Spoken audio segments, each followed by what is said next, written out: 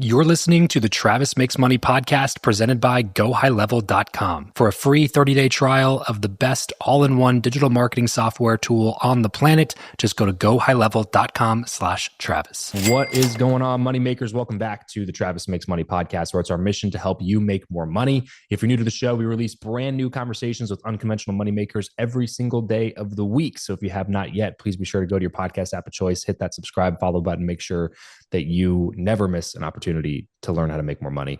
And while you're there, if you want to leave us a quick rating and review, we'll be eternally grateful, as it really does help out the show tremendously. Today on the show, we're going to be talking about the news of all things with my good friend, Mosheh Oinounou.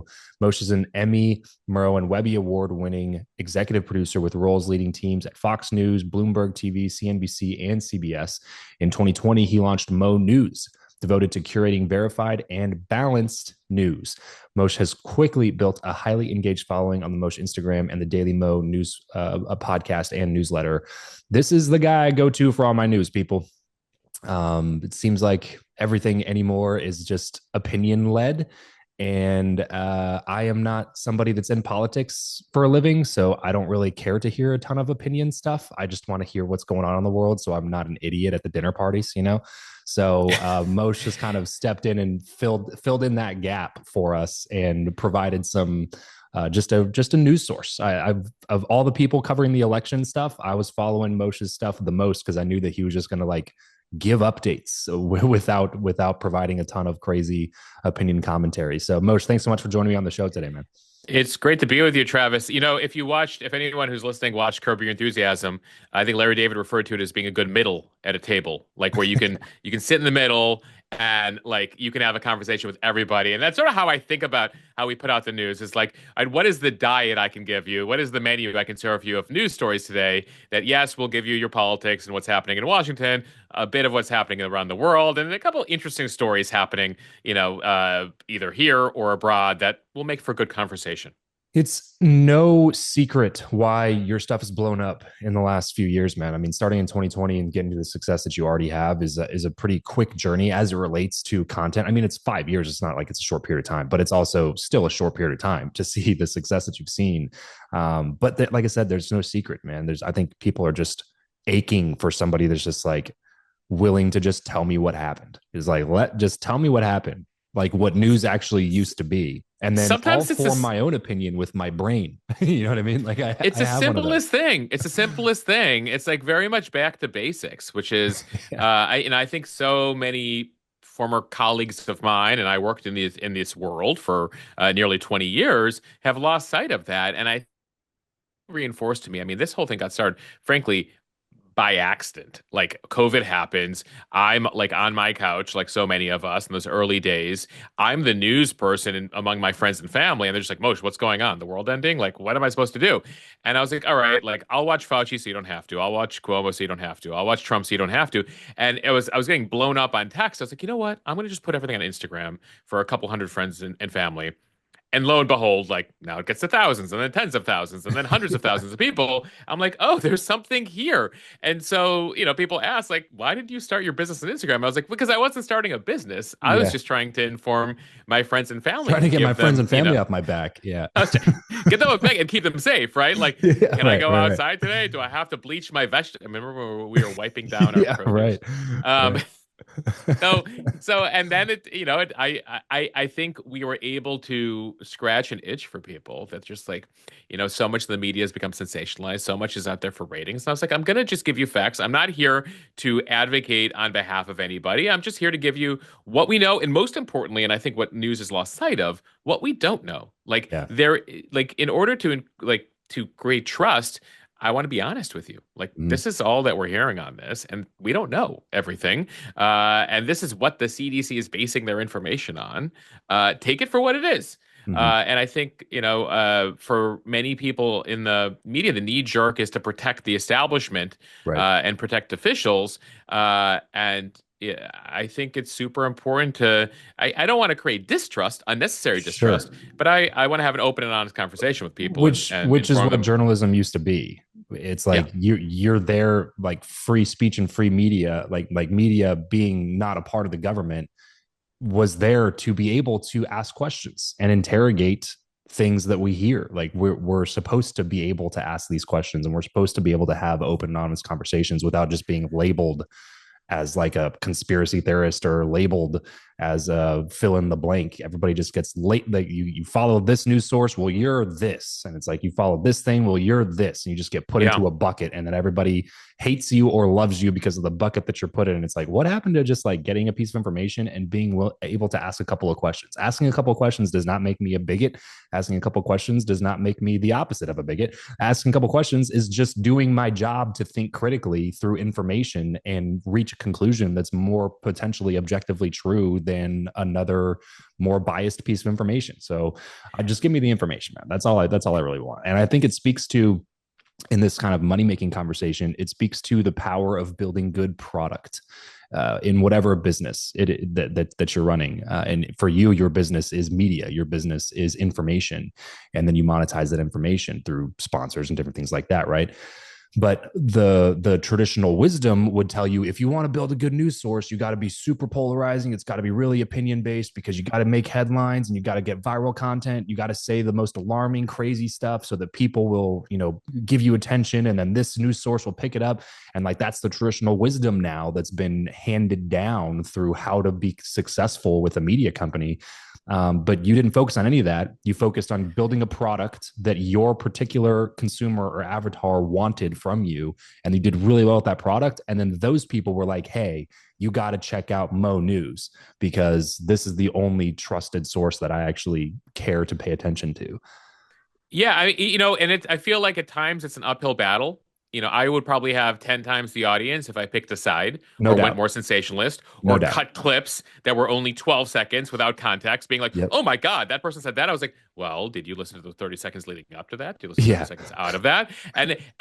And by the way, I would have many more views and many more followers again if I engaged in that. And Absolutely. so I do that at my own peril. I make monetization more challenging because I go against the rules of TikTok and Instagram by not being incendiary. And by the way, those are the same rules that cable news and the legacy media have.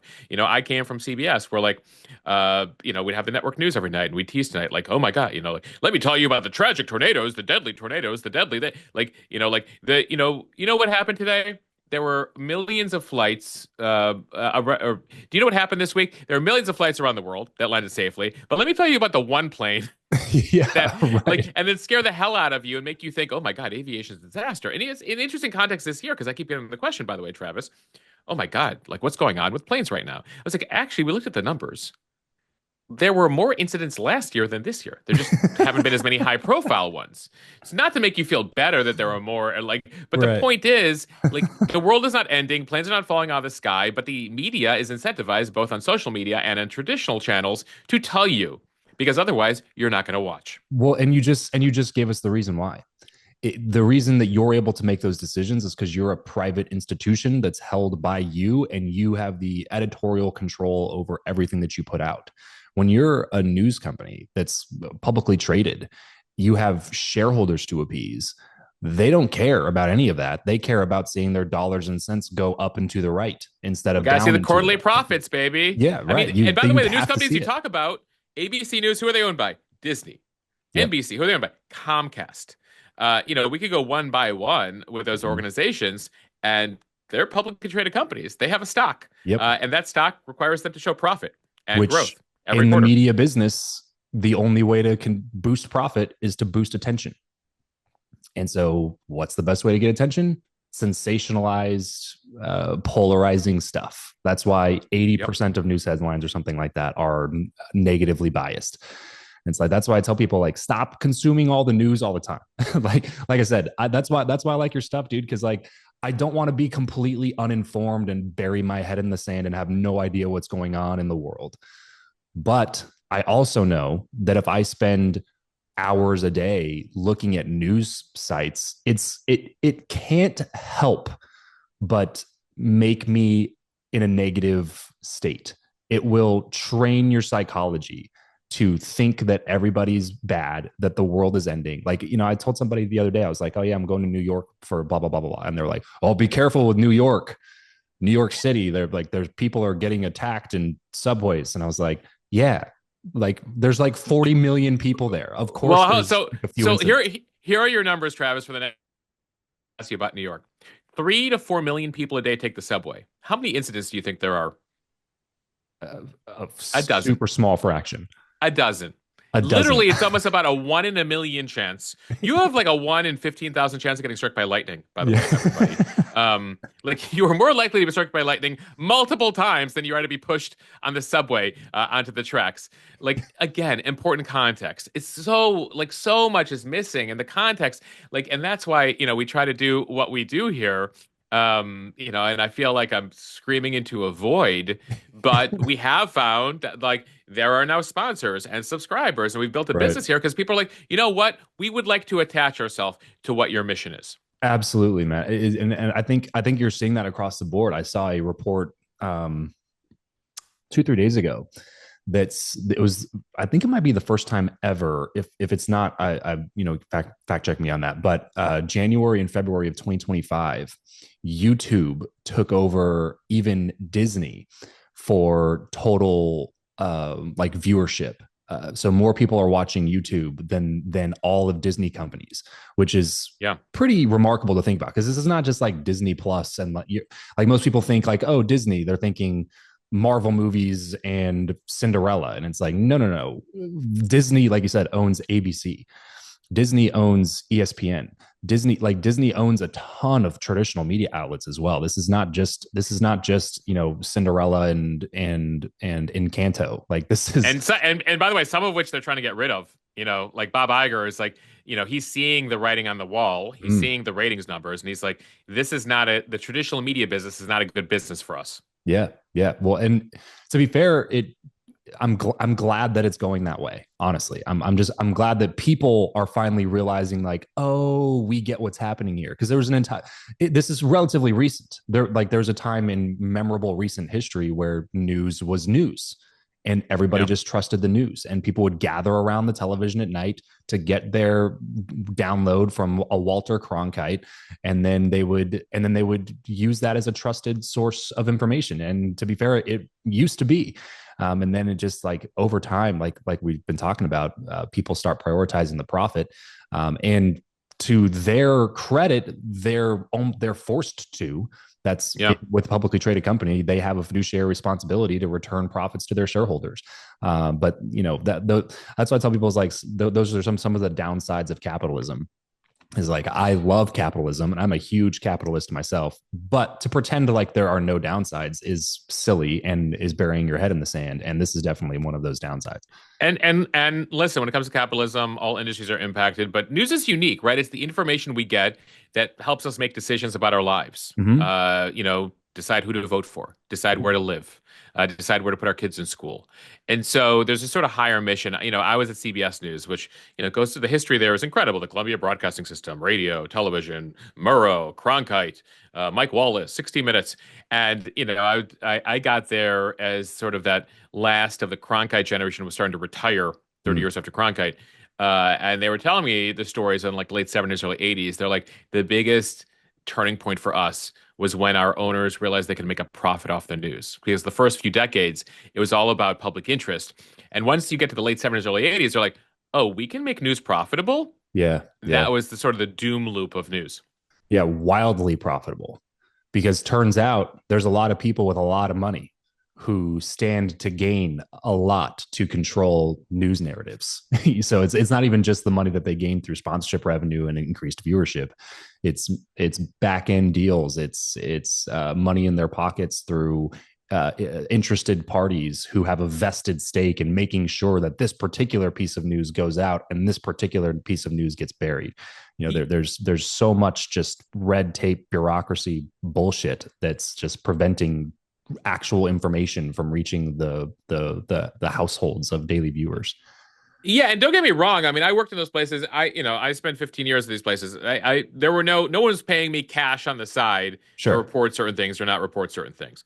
I think ultimately the bigger problem you have in the media is it's a bubble of folks, a lot of folks who mainly live in New York and DC Mhm. that sort of see stuff through their own eyes, and they've lost touch with the majority of the country and the issues that they care about. Mhm. So, I don't want to lead people, like that probably reinforces the worst fear. Like there's no like cash on hand being like, if you guys report this, we'll give you $1 million. Like the point being, it's lighter touch than that, right? Sure. It's more like these are the social circles you're running in. These are the companies your friends were like, and so that's among the many issues that they've had as legacy media continues to lose trust. Yeah. What are your thoughts on like big pharma being able to advertise on television? We're one of two countries in the world that allows this. And I have to think that it at least influences the narrative that's pushed on media through pharmaceutical companies with them being such huge advertising dollars. So I'll tell you this. I ran the CBS Evening News for a couple of years. Okay. Given our audience, median age 67, 68. And by the way, same thing on cable news. Like Fox News primetime, the average viewer, half of them are over the age of 70. Wow. So that's why, when you look at the commercials on a CNN or an ABC News or Fox News, the commercials tell you everything about who's watching. Are they selling catheters? Yeah. And those Right. like little like electronic wheelchair things for your stairs, Yeah. they're like the little Yep. carts you can take up. And Well, the Call Liberty, they'll help you live a better life commercials. buy Yeah. gold, it's stable. And the majority of my advertisers on the evening news were pharmaceutical companies. Now, I will tell you this. I worked on the news side of things. I never dealt with the sales side. I would Okay. only have to deal with them when I was like, listen, there's a recall today on Ford. We're reporting it. I think they're an advertiser tonight. They should remove their ad from tonight. Mm. I did not report on the recall because Ford's an advertiser. I'm telling sales, kill their ad. We're going to have, they're not going to want to be like coming up Yeah. after the break. Ford sucks. And then it's like, buy enough 150. Ford tough. Yeah, right. Exactly. So I'll tell you this. I never, and we did multiple investigations when I was at CBS into big pharma. Okay. Even though they were advertisers. So I want to inform this audience that we're not saying they're being like, well, Pfizer's a big advertiser, we should avoid that. Now, you have seen evidence over at Disney that they avoided certain negative headlines about Disney because the company owns, ABC News. Yeah. Yeah. And that was apparent. And you see that, certainly at CBS, it was a very awkward situation when I was reporting on the head of the company, Les Moonves, as the investigation was going on into Me Too stuff. And I was getting calls from corporate being like, you have a camera outside of Les's house. He's your boss. I was like, I know, but we're going to report on this. Mm. It led to some very awkward situations. I'm sure I think there are a number of people within media. There's an assumption. That's separate from the debate we can have about whether it's a good thing for this country that we're one of the few countries that allows pharma advertising. But as far as I'm concerned, if stories presented themselves, I would cover them. Yeah. I do think, and I was not at network news during COVID. Aforementioned, I was on Instagram, figuring out that whole world. The whole storyline around the government giving Moderna and Pfizer basically carte blanche when it came to the development of the vaccines, that there would be no ramifications. They're like, in order to do this, we need basically clearance that like we can't be sued, for any issues, etc. I think there was a lack of scrutiny there. On the part of the mainstream media. I don't think it's because Pfizer was an advertiser. I think it was just because people default to trusting officials, hoping the vaccine works, and like it was more like to, worldview related, kind of what you were talking about earlier. Exactly, than financially related. I never got a call from sales being like, "Go light on this." They just signed a $10 million contract with us. Like, gotcha. I'll be frank with you. I'm not saying it doesn't exist out there, but me, through my scope at multiple major media companies, never saw that. Yeah, no, I appreciate the insider perspective, and that's why I asked the question, because it's important to gain that type of clarity and perspective from people who are actually inside of the organizations, and to clarify that just because somebody works there does not mean that they are not a good journalist or that they are not actually actively trying to get the truth out. Yeah, and that's something that I try to reinforce to folks too, who are like, "Oh, I hate X organization." I'm like, that organization has like 3,000 people who work there, and it's like saying that if you had a bad plumber who came to your house or a bad electrician, like that, I hate all electricians, or I hate no, you might have just had a bad person who wasn't good at their job, and that's, by the way, it's like we were talking before we were recording here about doctors and the Yeah. medical profession. Like, there are great doctors, there are bad doctors, there are great journalists, there are terrible journalists who are in it for the wrong reasons, who can't, let their opinion get in the way, or worse. Yeah. Doesn't mean the whole organization is bad. It doesn't mean the whole profession is bad. And so it's the same thing. Like when I talked about foreign policy, people are like, "What about Russia?" Or I was like, "Well, I don't know. There's 100 million people who live in Iran. There's a regime. Like there's 50 million people who live in Russia. Okay, there's Vladimir Putin. Right. He doesn't represent all. In fact, they can't really vote freely there. Right. So I think it's super. And in the same way that we as Americans, depending on how you feel politically, don't necessarily want yourself represented or don't want to have to defend who the president is, Right. Right. whether you were a Republican under Biden or whether you're a Democrat under Trump. And so I think nuance and gray areas and not assuming the worst of everybody is super important. Yeah, man. It's funny. I have a whole list of books that whenever I get an idea to like, this would be a decent book. I like keep a list of it somewhere. At some point, I might end up writing one. But one of the ones that I wrote, one of the titles I wrote was something about like a world without context or something, because I just get so sick of people making snap decisions on 30 seconds that they see on a TikTok video, and have zero inclination to be like, I wonder what was said literally right before that. Like that Right. question never popped in your head. Why was that video edited that way? Right. Like, just always, and I tell this all the time to folks, like social media, just like, that's an interesting edit. I wonder why that video is 18 seconds long. Yeah, and like, and the music is set to like some, eerie, like murder documentary music background. It's just like, this is clearly like just trying to influence the way that you're viewing this person. This is not actually giving you any real information. It's a world we live in now where who's Yeah. the good guy, who's the bad guy. Like I get this all the time, like on really complicated foreign policy subjects. Like we cover, Israel and Gaza and Russia and Ukraine and all these variety stories. They're like, okay, just like tell me who the good ones are and who the bad. Like, I'm like, that doesn't work that way. It doesn't, like that's not how it works. Yeah, like, that's like there's so many shades of gray, and like the side you think are the good ones, like they certainly have their own faults. And the side that you think are the bad ones, like you got to figure out. I mean, there's an important distinction, I think, in where we are today between like sympathy and empathy, right? Like you can like empathize with a side without sympathizing with a side. Like you can see it through their eyes, but you don't actually have to agree or like, take on their worldview. But you got to understand, in order for us to make sense of our world and our country, why that side might think the way it does. And maybe there are a few merits. You're like, oh, I can understand why they feel that way, without like getting like run out of the room for like even invoking it. Like, oh, well, they're evil. Like, you must agree. I'm like, no, I don't agree with them. But like, to understand the world, a recent guest we had, Travis, is a hostage negotiator, a guy named Mickey Bergman. He has a great book out that came out last summer, and he dealt with a Kim Jong-un in Iran and Russia to like get out Brittany Griner and get out like some of Americans being held in these countries. Wow. And he's like, I was like, what's it like dealing with Kim Jong-un or the Iranian, Ayatollah? And he's like, listen, I don't like anything that these people do, but they are human beings. And you have to, in order to negotiate with them, you have to see them as a human being with wishes and desires and hatreds and paranoia and all of that.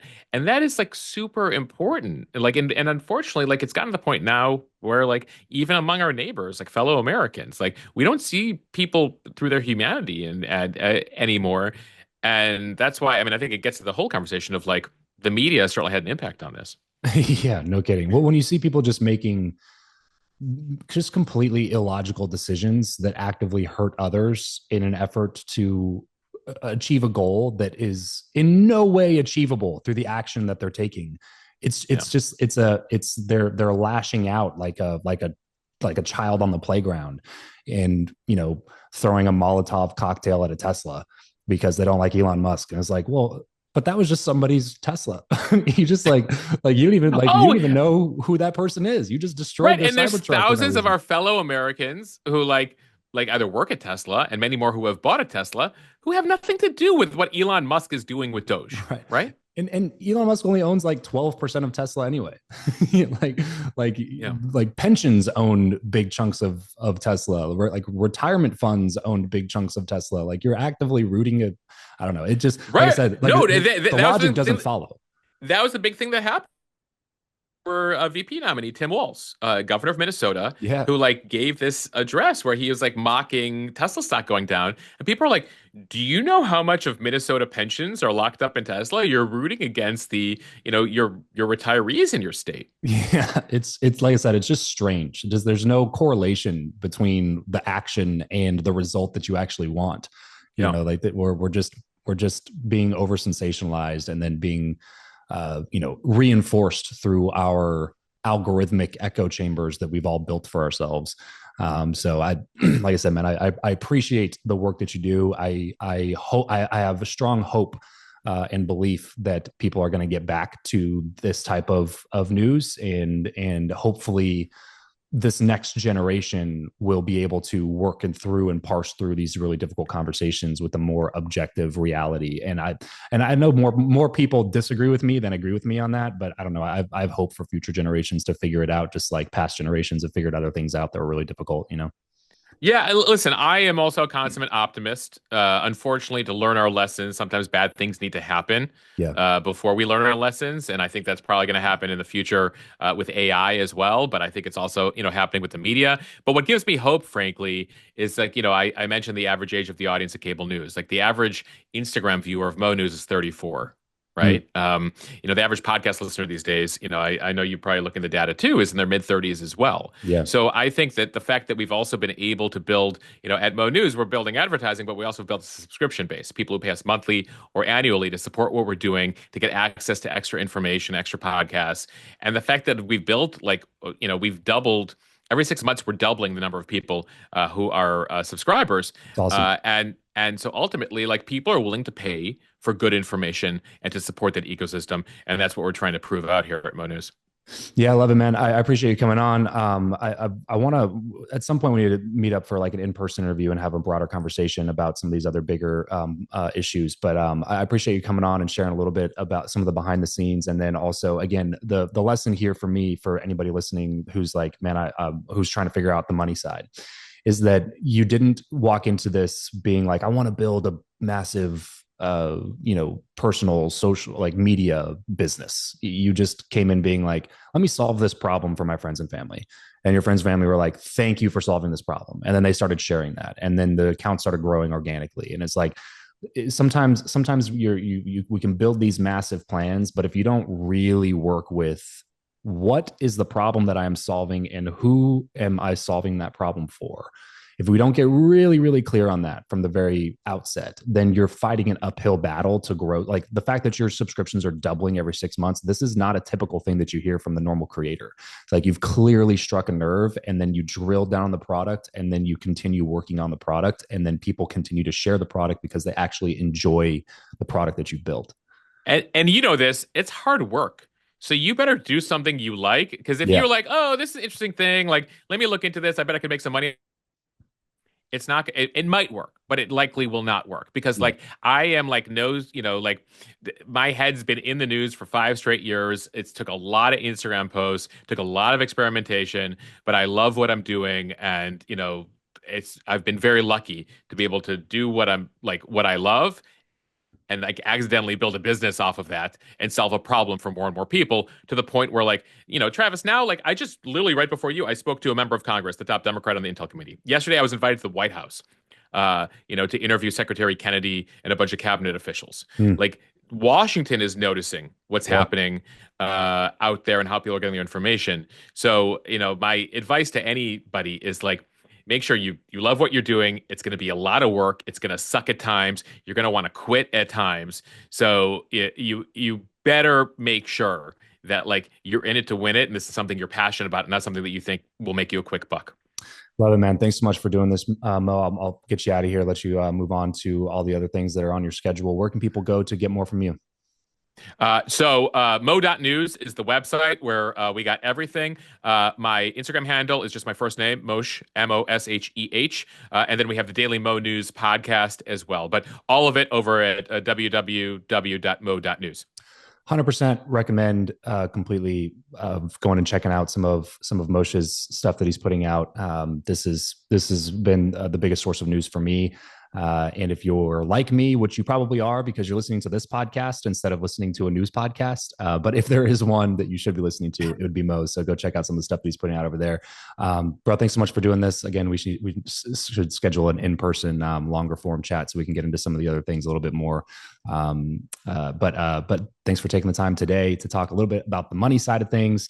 Everybody listening, tuning in, remember, money only solves your money problems, but it's a little bit easier to solve the rest of your problems if you got some money in the bank. So let's solve that problem first here on the Travis Makes Money podcast. Thanks for tuning in, guys. Catch you next time. Peace out.